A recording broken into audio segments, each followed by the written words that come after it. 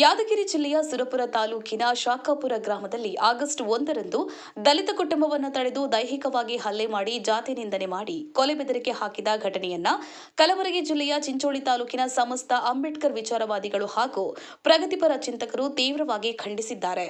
ಮೃತರ ಅಂತ್ಯಕ್ರಿಯೆಗೆ ಸಮಾಧಿ ಗುಂಡಿಯನ್ನು ಅಗೆಯಲು ನಿರಾಕರಿಸಿದ ಒಂದೇ ಒಂದು ಕಾರಣಕ್ಕೆ ಕೂಲಿ ಕೆಲಸಕ್ಕೆ ಹೋಗುತ್ತಿದ್ದ ದಲಿತ ಸಮುದಾಯದ ಮಹಿಳೆಯರು ಸೇರಿದಂತೆ ಇಡೀ ಕುಟುಂಬದ ದಾರಿಯನ್ನು ತಡೆದು ದೊಣ್ಣೆ, ಬಡಿಗೆ, ಕಲ್ಲು ಮುಂತಾದವುಗಳಿಂದ ದೈಹಿಕವಾಗಿ ಹಲ್ಲೆ ನಡೆಸಿ ಕೊಲೆ ಬೆದರಿಕೆ ಹಾಕಿರುವುದು ಸಂವಿಧಾನ ವಿರೋಧಿ ಹಾಗೂ ನಾಗರಿಕ ಸಮಾಜ ತಲೆತಗ್ಗಿಸುವಂತಹ ಕೃತ್ಯವಾಗಿದೆ.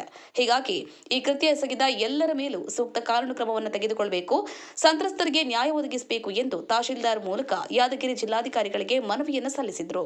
ಈ ಸಂದರ್ಭದಲ್ಲಿ ಬಿಎಸ್ಪಿ ಮುಖಂಡರಾದ ಗೌತಮ್ ಬೊಮ್ಮನಹಳ್ಳಿ, ಚೇತನ್ ನಿರಾಳಕರ್, ಗೋಪಾಲ್ ರಾಂಪುರ, ಓಮಣ್ಣರಾವ್ ಕೊರವಿ, ಸುನೀಲ್ ತ್ರಿಪಾಠಿ, ರಾಹುಲ್ ಯಾಕಾಪುರ್ ಹಾಗೂ ಇನ್ನು ಹಲವರು ಜೊತೆಗಿದ್ದರು.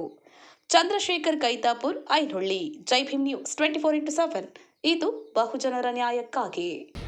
ಈ ನೈಜ ಘಟನೆಯಂತೆ ಮೊನ್ನೆ ದಿನಾಂಕ 1/8/2026ರಂದು ಏನು ಯಾದಗಿರಿ ಜಿಲ್ಲೆಯ ಸುರಪುರ ತಾಲೂಕಿನ ಶಾಖಾಪುರ ಅಂತಕ್ಕಂಥ ಗ್ರಾಮದಲ್ಲಿ ಏನು ದಲಿತ ಪರಿಶಿಷ್ಟ ಜಾತಿಯ ಮಾದಿಗ ಸಮುದಾಯದ ನಮ್ಮ ಅಣ್ಣ ತಮ್ಮರ ಮೇಲೆ ಏನು ಸವರ್ಣೀಯರ ದಬ್ಬಾಳಿಕೆ ಮಾಡಿ ಏನವರ ಮೇಲೆ ಹಲ್ಲೆ ಮಾಡಿ, ಮಾರಣಾಂತಿಕವಾಗಿ ಹಲ್ಲೆ ಮಾಡಿ, ಹೆಣ್ಣು ಗಂಡು ಅಂತಕ್ಕಂಥ ಭೇದ ಭಾವವನ್ನು ತೋರದೆ ಮನಸೋ ಇಚ್ಛೆ ತಳಿಸಿ ಅವರನ್ನು ಮಾನಸಿಕವಾಗಿ ಮತ್ತು ದೈಹಿಕವಾಗಿ ಹಲ್ಲೆ ಮಾಡಿರ್ತಕ್ಕಂಥದ್ದು ಕಂಡು ಬರುತ್ತೆ ಬಂಧುಗಳೇ.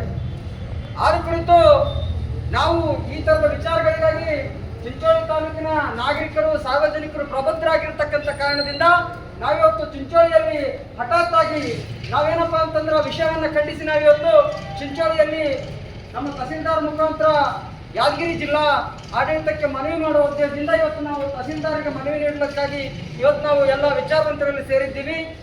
ಅದಕ್ಕಾಗಿ ನಮ್ಮ ಸಮುದಾಯದ, ನಮ್ಮ ತಾಲೂಕಿನ ನಾಗರಿಕರ ಎಲ್ಲ ಹಿರಿಯರು ಹಾಗೂ ಪ್ರಗತಿಪರರಿದ್ದಾರೆ.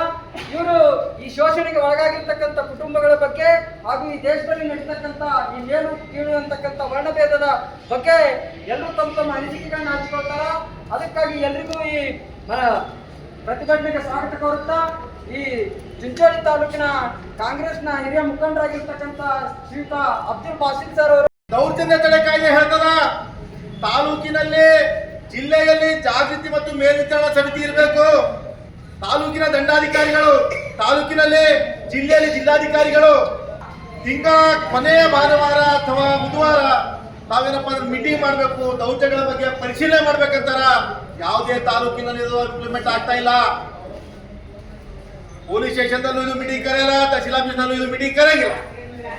ಪ್ರಿವೆನ್ಷನ್ ಬೆಟರ್ ದ್ಯಾನ್ ಕ್ಯೂರ್ ಅಂತ ಅಂದ್ರೆ ಮುಂಜಾಗ್ರತೆ ಎದಕ್ಕುತ್ತಮ್ಮ ಅಂತಂದ್ರ ಒಂದ್ ಯಾವ್ದಾದ್ರು ಘಟನೆ ಆಗಕ್ಕಿಂತ ಮುಂಚೆ ಮುಂಜಾಗ್ರತೆ ವಹಿಸಲಕ್ಕ ಇದು ಅನುಕೂಲ ಆಗ್ತದೆ ಅಂತೇಳಿ ಇಂಥ ಸಭೆಗಳು ಮಾಡ್ಬೇಕಂತೇಳಿ ಸರ್ಕಾರ ರೂಲ್ಸ್ ಮಾಡಿದ್ರು ಕೂಡ, ಕಾನೂನು ಮಾಡಿದ್ರು ಕೂಡ ಕಾನೂನನ್ನ ಗಾಳಿ ಕೂರುವಂತ ಕೆಲಸ ಆಡಳಿತದಲ್ಲಿರುವಂತಹ ಅಧಿಕಾರಿಗಳು, ಸರ್ಕಾರಿ ನೌಕರರು ಮಾಡ್ತಾ ಇದ್ದಾರೆ.